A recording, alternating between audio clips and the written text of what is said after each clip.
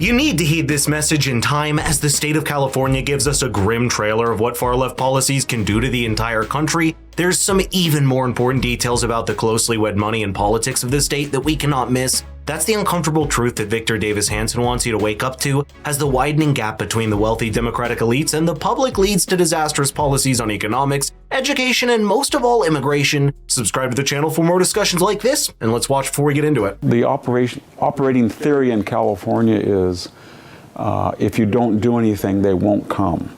So if you stagnate the infrastructure where it was in 1970 for 16 million, 17 million people, maybe 21 million, then it won't work for anybody else. And if it won't work for anybody else, they won't come.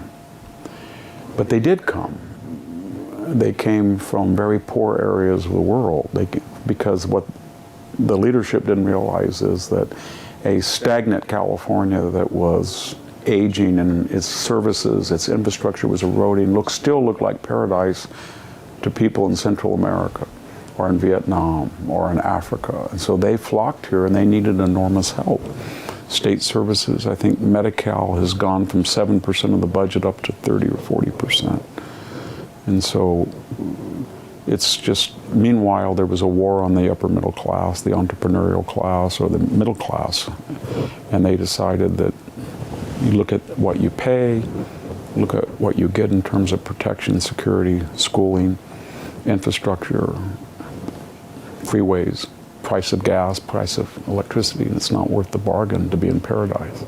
So they leave. And that's the double-edged sword that most of California's policies on immigration and socialized welfare services have become. They're driving illegal immigration inside on one end and driving businesses and wealthy individuals out the other. And it's only a matter of time that this business-hostile environment cripples the very infrastructure and wealth that made it attractive in the first place. With the highest income tax rate in the country at 13.3%, the state of California still has a massive budget deficit of nearly $70 billion that it has not been able to close under Gavin Newsom. So what does he do? Gavin made California the first state in America to offer full medical insurance to more than 700,000 illegal migrants that reside in the state, and perhaps that is a perfect microcosm of the mindset that is leading the state's welfare services and businesses opportunities to new kinds of problems characterized by the kind of blind compassion and virtue signaling to voters so typical of the far left. If you read Victor Davis Hanson's book, The Dying Citizen, he's had to remind politicians of that by saying that, and I quote, states must privilege citizens over mere residents. That seems to be a distinction that erodes the further the illegal immigration dilutes the meaning of what it means to be a citizen. That commits a massive mistake, as we're seeing in California. It's that systems like socialized healthcare actually stand on a delicate balance.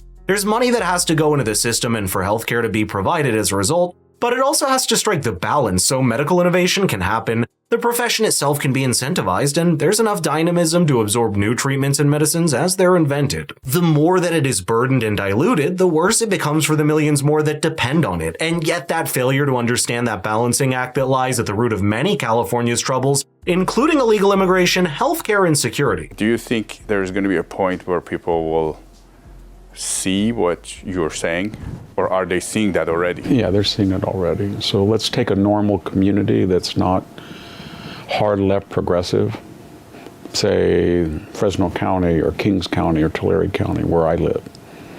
If you go to an average August afternoon, it's about 108, and you will see people go into the local Walmart, and they're not going there to purchase things. They're going there to find free air conditioning, because they can't afford, even at subsidized rates for being poor, they can't afford to turn on their air conditioning because the rates are so high. The rates are so high deliberately so that people will not use air conditioning. And they're set by people who live here. Notice in this office, I don't have any air conditioning. Which we're in Stanford right now. Yes, we're at Stanford. And so the people who set policy, whether it's on electric prices or fuel prices or the school system, they're never subject to the consequences of their own ideology.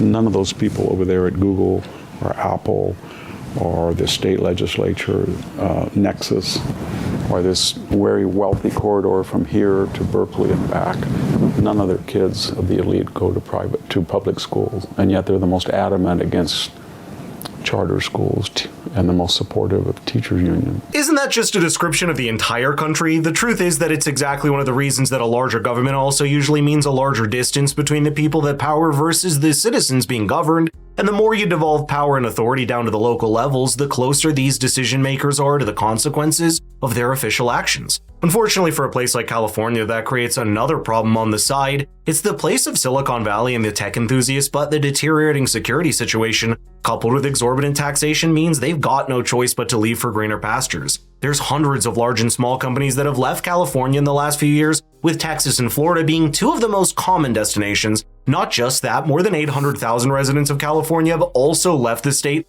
in just the year 2022. That is a sign that something's wrong, and California is losing public trust by the two most important metrics, by their desire to live there or to invest their money in the state. But Victor Davis Hanson was able to make one interesting observation, which is that even the elites and governing class in California are finding it difficult to keep their reins on power if they go on like this. The last 2 years, when we have one of these rare moments in American history where the hard progressive left actually controls the entire government, and by that I mean the U.S. Senate, the U.S. House of Representatives, and the President, and there's no impediment to that.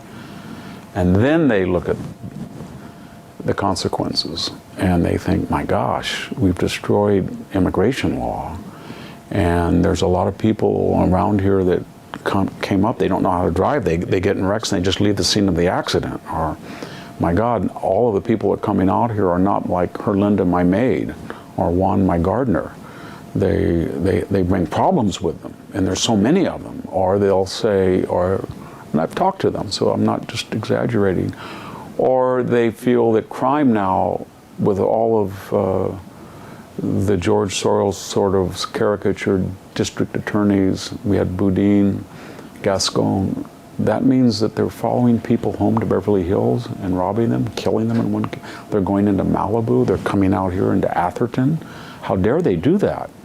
So they're starting to see just a little bit that when you destroy civilization, even with all of your enclaves and wealth and private security, you can't protect yourself.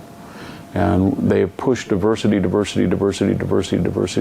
in all hiring and applications. And now, not among the very multi-billionaire elite, but the upper elite, the multi-million, their children are not getting into Stanford or Berkeley, and they'll think, but I'm for diversity. But when you go into repertory admissions, so you take a particular ethnic group and you don't match their numbers in the population, but you say, given the systemic racism of the country, we're going to let in, instead of 12% in this group, 16%. Instead of 10% in this group, 12%. That has to come from somewhere. So it comes from white males, and not all the white males can give $10 million donations, or athletes. So it's starting, that's another example of their ideology coming back to bite them, despite their enormous leverage, prestige, influence, and wealth. That's a grim trailer of what can happen in the rest of the country. Unfortunately, the character traits shared by the elites in one state versus the entire country isn't really that different. Most of their policy positions are draped in DEI agendas, open borders, political correctness, and centralizing power through socialized services. In that sense, what Victor Davis Hanson just said is more of a warning than anything else, and it may be time that the rest of America starts listening.